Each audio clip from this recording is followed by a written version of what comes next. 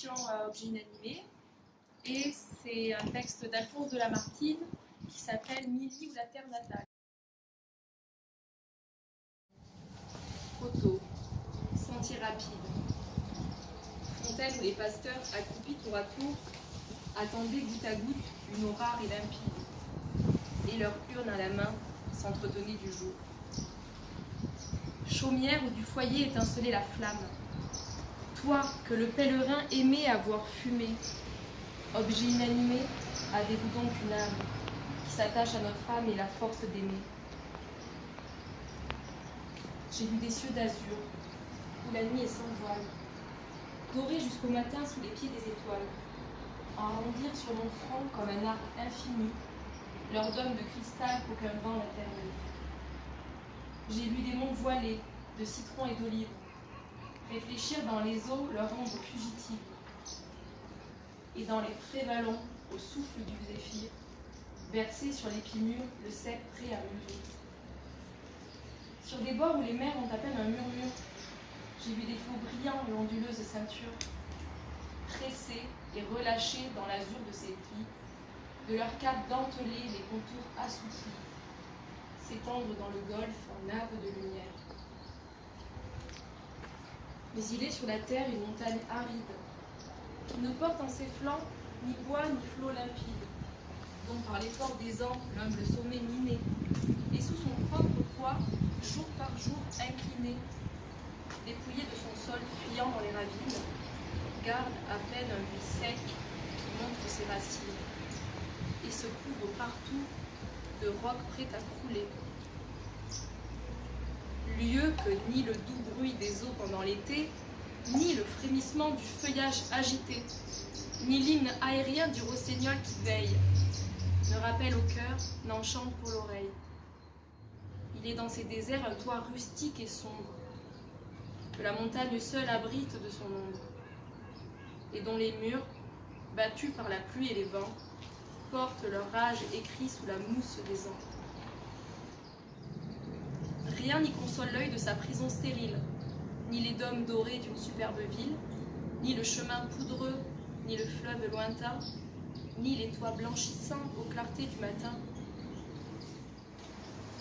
Enfin un sol sans ombre, et des cieux sans couleur, et des vallons sans ondes, et c'est là qu'est mon cœur.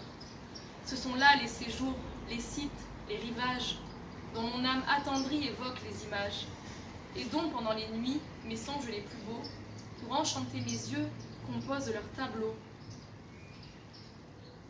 Tout m'y parle une langue aux intimes accents, dont les mots entendus dans l'âme et dans les sens sont des bruits, des parfums, des foudres, des orages, des rochers, des torrents, et ces douces images, et ces vieux souvenirs dormant au fond de nous, qu'ainsi nous conserve et qui nous rend plus doux. Là, mon cœur en tout lieu se retrouve lui-même. Tout s'y souvient de moi, tout m'y connaît, tout m'aime. Mon œil trouve un ami dans tout cet horizon. Chaque arbre a son histoire et chaque pierre un nom. Ce site où la pensée a rattaché sa trame, ces lieux encore tout pleins des fastes de notre âme, sont aussi grands pour nous que ces champs du destin, où naquit ou tomba quelque empire incertain. Rien n'est vil, rien n'est grand, l'âme en est la mesure. Un cœur palpite au nom de quelque humble masure, et sous les monuments des héros et des dieux, le pasteur passe et siffle en détournant les yeux.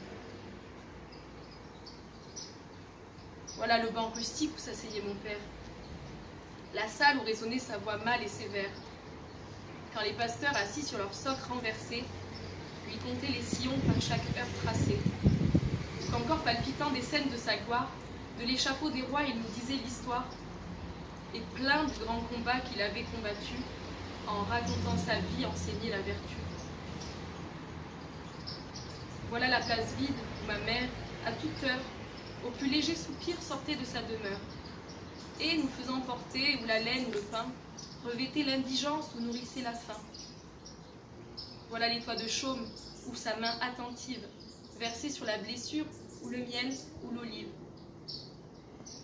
Tout est encore debout, tout renaît à sa place. De nos pas sur le sable, on suit encore la trace. Rien ne manque à ces lieux qu'un cœur pour en jouir, mais hélas, leur baisse va s'évanouir. Ah, si le nombre écrit sous l'œil des destinées, jusqu'aux cheveux blanchis prolonge mes années, puissais-je, heureux vieillard, y voir baisser mes jours, parmi ces monuments de mes simples amours. Et quand ces toits bénis et ces tristes décombres ne seront plus pour moi peuplés que par des ombres, y retrouver au moins dans les noms, dans les lieux, tant d'être adorés disparus de mes yeux. Et vous, qui survivrez à ma cendre glacée, si vous voulez charmer ma dernière pensée, un jour, élevez-moi. Non, ne m'élevez rien. Étendez sur ma tête un lit d'herbe des champs. Et quand du jour sans soir, la première étincelle viendra m'y réveiller pour l'aurore éternelle, en ouvrant mes regards, je reverrai des lieux, adorés de mon cœur et connus de mes yeux. Les pierres du hameau, le clocher, la montagne, le lit sec du torrent et l'aride campagne. Et rassemblant de l'œil tous les êtres chéris, dont l'ombre près de moi dormait sous ces débris, avec des sœurs, un père et l'âme d'une mère, ne laissant plus de cendre en dépôt à la terre, comme le passager qui des vagues descend, jette encore au navire un œil reconnaissant. Nos voix diront ensemble à ces lieux pleins de charme, l'adieu, le seul adieu qui n'aura point de larmes.